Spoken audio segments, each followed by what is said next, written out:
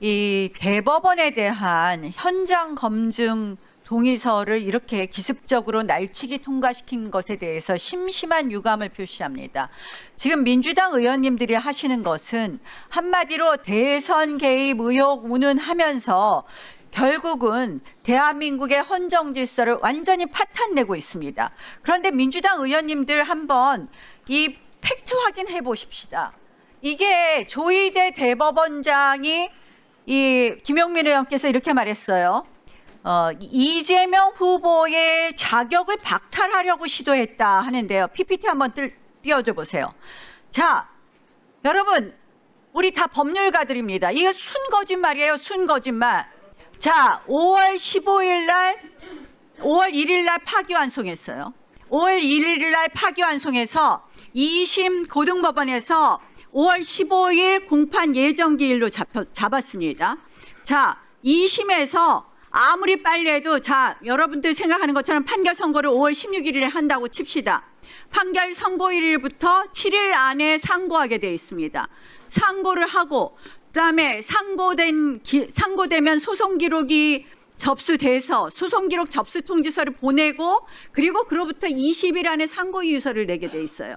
소송 기록 접수 통지를 아마 이재명 피고인은 안 받았을 거고 즉시 받는다고 하더라도 7일 플러스 20일, 27일이 지나야지 대법원에서 재판할 수 있는 거예요. 그러면 6월 2일이 훌쩍 넘습니다. 우리 대통령 선거일 6월 3일을 지나요. 그런데 어떻게 후보 자격을 박탈합니까? 고등법원에서 판결이 나면 후보 자격 박탈할 수 있습니까? 그게 다시 대법원에 다시 상고심에 가갖고 그게 확정돼야지 판결 후보 자격을 박탈할 수 있는 거 아닙니까? 이거 소설을 써도 지나치고 이게 이런 허구 주장을 이유로 해서 대법원을 흔든다? 이거 다 이유 하나 아닙니까? 이재명 대통령 이 재판 재개되면 당연히 당선 무효되고 결국 대통령 자리에서 쫓겨날까 봐 하는 거 아닙니까? 사법질서 흔들지 말고 차라리 이재명 무죄법을 만드십시오. 그게 낫겠어요. 대한민국 헌정질서 이렇게 흔들어도 됩니까? 아니, 이 대선 개입 의혹이 오늘 청문회 한 것도 자, 5월 1일 대법원에서 왜 대법원에서 이 판결했겠습니까? 1심은 유죄인데 2심은 완전히 인식의 표명이다. 의견의 표명이다 하면 몽땅 무죄되는 거짓말 면죄부준 아니 판결문 자체가 이해가 안 되는 판결문이에요. 그러니까 대법원으로서는 사법 신뢰가 흔들리게 됐다. 1심하고 2심이 정반대이니까 이걸 정리해 줘야 되겠다라는 의미에서 대법원에서 판결하는 거 아니겠습니까? 왜? 두 가지 판결이 너무나 극과 극이니까 그걸 정리해 주겠다고 대법원에서 판결한 겁니다. 근데 이걸 갖다가 이재명 대통령 후보를 박탈하려고 그랬다? 소설을 써도 적당히 쓰십시오. 여러분들이 이렇게 해갖고 시간상 불가능한 것, 소송 기록 접수 통지가 있어야 되고 그다음에 상고를 해야 되고 그렇게 해서 대법원 판결이 확정돼야지 이재명 대통령 후보 자격이 박탈되는 건데 이런 식으로 한다는 게 말이 되냐는 말입니다.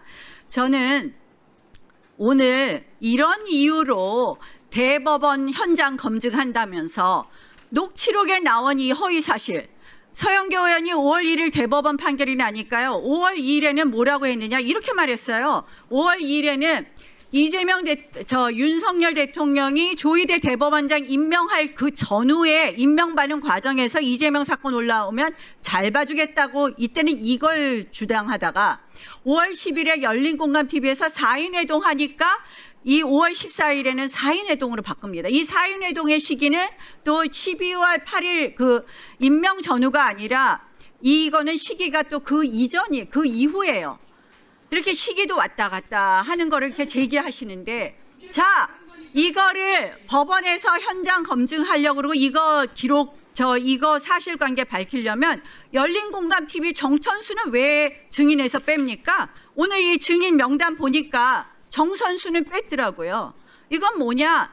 가짜 녹취록에 대한 진실은 밝히지 않고 대법원만 흔들겠다는 거 아닙니까? 정말 이런 식으로 법사위가 대법원 흔들고 대한민국 사법체계를 붕괴하면 역사 속에서 여러분들 다 정말 역사가 기억하고 심판받을 겁니다. 당장 취소하시고요. 이럴 거라면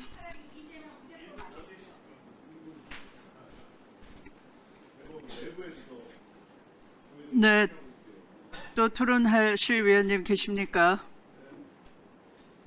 네, 김기표 의원님. 나경원 의원께서 진짜 모르고 저렇게 말씀하시는 것인지 알면서도 그렇게 얘기하시는 것인지 궁금합니다. 계엄 때 윤석열 내란수계하고 통화까지 했던 분이 그걸 몰랐을까 의문이 드는 하는데요. 어? 그래 참 그러니까요. 그거를 몰랐을까요? 그리고 민주당 의원들이 내란 방조 이렇게 얘기하는데 내란이 아니라고 얘기하는데 일단 내란 인정하는 거네요. 그 방조라고 주장하는 거는. 그죠? 내란은 인정 이미 그러면 국민의힘에서는 내란이라고 하기로 당 차원에서 이렇게 결정이 된 건가요? 민주당 의원을 방조라고 얘기를 하는 거면? 처음에 민주당 의원들이 계엄 얘기를 한 분들이 있었어요. 그것을 같은 당 의원들도 다 소설 같은 얘기라고 생각했습니다. 그런데 불과 몇 달이 지나서 이 대한민국 이 땅에 그 소설과 같은 일이 발생했습니다. 우리들이 그 당시 어디 방송이나 나가서 정상적인 법조인의 어떤 상식으로 얘기를 했을 때 건건이 다 틀린 결과가 지난 12월 4일 이후에 최근까지 벌어졌던 일이었습니다. 대한민국에서 말이죠. 상식에 벗어난 일들이 연속됐습니다. 그런 일이 일어나고 있었어요. 조희대 대법원장이 오기 전 대법원에서는 이른바 그런 상식적인 얘기가 가능했죠. 그런데 그럼 역설적으로 이렇게 물어봅시다. 그렇게 해서 이재명 후보를 이른바 속된 말로 날릴 생각이 아니었으면 역사적으로 그렇게 무리하게 왜 이틀 만에 결정해서 대법관들한테 결정받고 판결문 일주일 써서 판결하고 그 다음날 바로 고등법원에 보내서 배당까지 하고 집행관 송달 촉탁까지 했습니까? 그게 아니면 그렇게 총두리째 사법부 독립을 흔들 그런 역사적으로 엄청난 과오 있는 일을 왜 했겠습니까?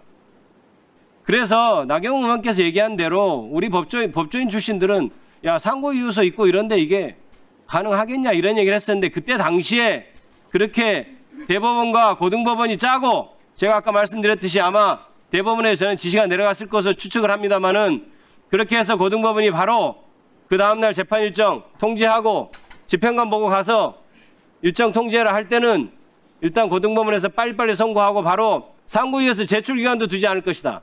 그러면 대법원에서 그런 결정을 할 때 과연 치유할 수 있는 방법이 있는가? 이런 논의까지 있었습니다. 저는 형사소송법이 있었죠. 그런데 그것을 지키지 않으면 어떡합니까? 그래서 재판소 얘기도 나오는 겁니다. 대법원에서 명백하게 규정된 만약에 명백하게 규정된 형사소송법의 규정을 지키지 않을 때는 어떻게 견제해야 되는가? 아무 견제 방법이 없죠. 그래서 비로소 대한민국 국민들이 재판에 대해서도 이거 헌법소원 해야 되는 거 아니냐 이런 논의가 생기게 된 겁니다. 지금 마치 대법관 증언을 얘기하고 재판소원 얘기가 흘러나온 것이 마치 민주당에서 대법원을 사법부를 흔들기 위해서 하는 것이라고요? 그것을 자초한 사람들이 누굽니까? 아 대법원이 법을 안 지키면 뭔가 견제해야 되겠다. 그럼 재판소원 필요한 거 아니야? 논리적으로? 이렇게 생각하게 만든 사람이 누구예요? 예? 그리고 그럼 2심 판결이 이상하면 나경원 의원님 2심 판결이 이상하면 대법원 전원합의체 회부해서 이틀 만에 결정해서 내립니까? 이상하면 더더욱 이상하다고 생각하면 더더욱 꼼꼼히 따져보고 더더욱 충분히 토론하고 해야죠. 왜 그러면 그 다음날 바로 고등법원에서 재판 제가 얘기하고 있습니다. 조용히 좀 하세요. 그래야 간사 되겠습니까?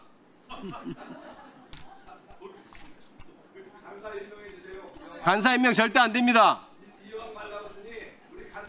네, 아니 토론에 다른 의원 발언하고 집중해 있는데 주십시오. 방해하는 사람이 어떻게 간사 자격이 있습니까? 무슨 발언을 유도했습니까?